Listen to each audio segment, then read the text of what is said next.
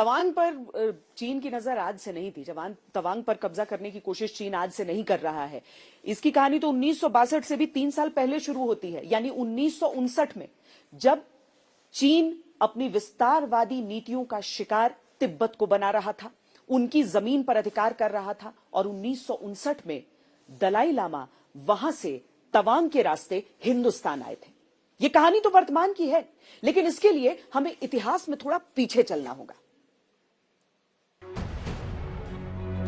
Tawang, line of actual control, Tibet और दलाई लामा, ये वो 4 कोण हैं जिनके चलते परेशान होने वाला चीन भारत में घुसपैठ की कोशिश करता है, निशाना तवांग को बनाता है। सवाल उठता है कि क्या 9 दिसंबर को कोई पहली बार तवांग ने चीन में घुसपैठ की कोशिश 300 सैनिकों के साथ की? जवाब है नहीं।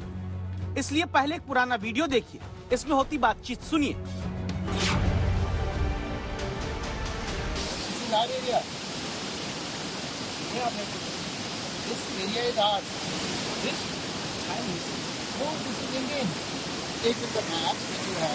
Because you are 20 kilometers inside India. You come from Chikenya. Which pass? Chikenya is where? Chikenya is where? Pass on the list. But my English is also. So go back to your side of the list, and then by mistake you go back to your side. I going to go back. Yeah, you go back to your side. We are going along. This is around 20 kilometers from here. No. This is China.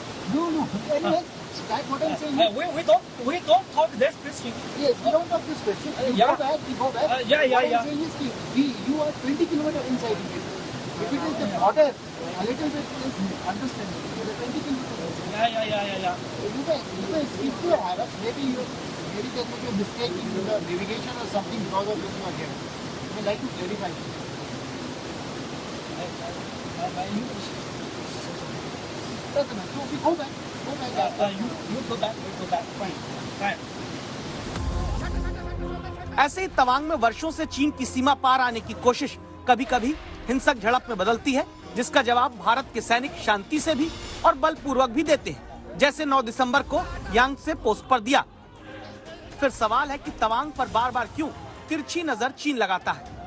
इसका रिश्ता तवांग, तिब्बत, दलाई लामा और धर्म से जुड़ा है, क्योंकि तवांग जो तिब्बती बौद्ध धर्म का एक प्रमुख केंद्र है, उसे चीन दक्षिण तिब्बत बताकर अपना हिस्सा बनाना चाहता है।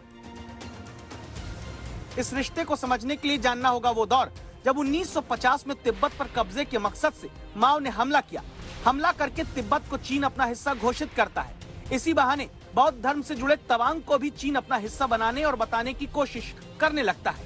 भारतीय इलाकों में भी अतिक्रमण की शुरुआत चीन ने 1950 के दशक के मध्य में शुरू कर दी थी। 1957 से 1959 के बीच चीन लगातार तिब्बत और तवांग को लेकर कोशिशें करता रहा। 1959 में जब चीन ने तिब्बत की राजधानी ल्हासा पर हमला किया, तो 31 मार्च 1959 को बौद्ध धर्म के सर्वोच्च धर्मगुरु दलाई लामा भारत में कदम रखते हैं। 17 मार्च को तिब्बत की राजधानी ल्हासा से पैदल निकले थे और 1959 में फिर वो हिमालय के पहाड़ों को पार करते हुए 15 दिन के बाद भारतीय सीमा में दाखिल होते हुए तवांग पहुंचे। उसी तवांग में आज भी बौद्ध धर्म का बड़ा केंद्र है, जहां पहुंची हैं आज तक संवाददाता श्वेता सिंह। जितने भी धर्मावलंबी हैं, बौद्ध धर्मावलंबी हैं, उनके लिए दलाई लामा सर्वोच्च रहते हैं, सर्वश्रेष्ठ रहते हैं, सर्वोपरि रहते हैं।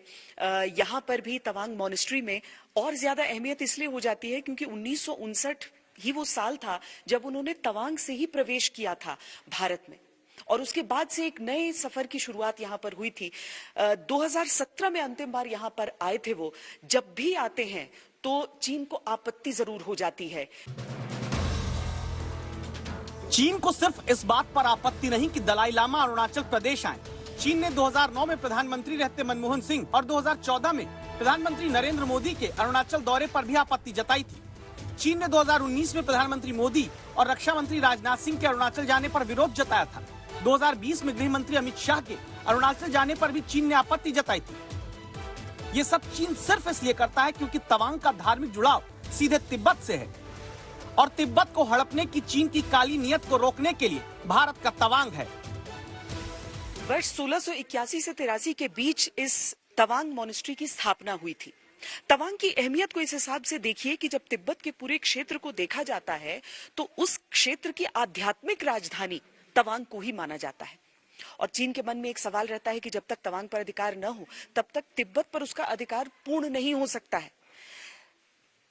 5वें दलाई लामा जो थे उन्होंने आदेश दिया था कि यहाँ पर तवांग में इस मॉनेस्ट्री की स्थापना की जाए और फिर 6ठे दलाई लामा का जन्म यही तवांग में हुआ था। आज तक संवाददाता तवांग में बने इस बौद्ध धर्म केंद्र में उनसे मिलती हैं जिन्हें याद है 63 साल पुराना इतिहास, जिन्हें याद है जब 1959 में दलाई लामा तवांग आए थे।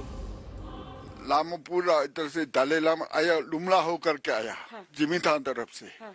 वहाँ से आया, जिमीथांग से आया, शक्ति में बैठा। शक्ति से आया लुमला, लुमला से टोंगलेंग, टोंगलेंग से इधर जिसे ऑफिस में बैठा।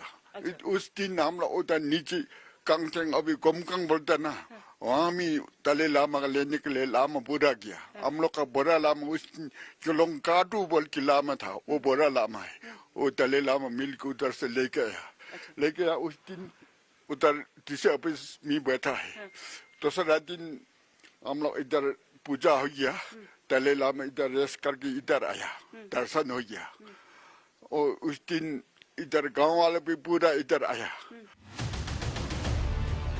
1959 में तवांग के रास्ते भारत आए दलाई लामा के बाद से तवांग को लेकर चीन की चिंता कभी कम नहीं हुई। यहाँ तक कि चीन ने इसी साल अरुणाचल प्रदेश के 15 स्थानों के नए नाम अपने हिसाब से घोषित कर दिए। अरुणाचल प्रदेश के 8 रिहायशी इलाके, 4 पर्वतीय इलाके, 2 नदियां और 1 दर्रे का नाम अपने हिसाब से चीन घोषित करने की कोशिश करता है।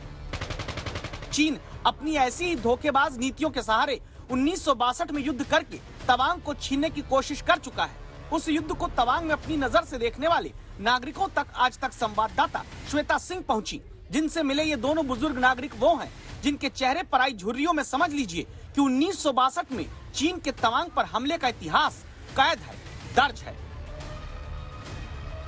1962 के युद्ध को लेकर कितना कुछ कहा गया, कितना कुछ सुना गया, लेकिन स्थानीय तौर पर पहली बार ये चीजें देखिए, पहली बार ऐसा हुआ है कि एक स्थानीय व्यक्ति ने 1962 पर किताब लिखी, 1962 the mountain when the mountains cried, यानी कि जब पहाड़ रो पड़े थे।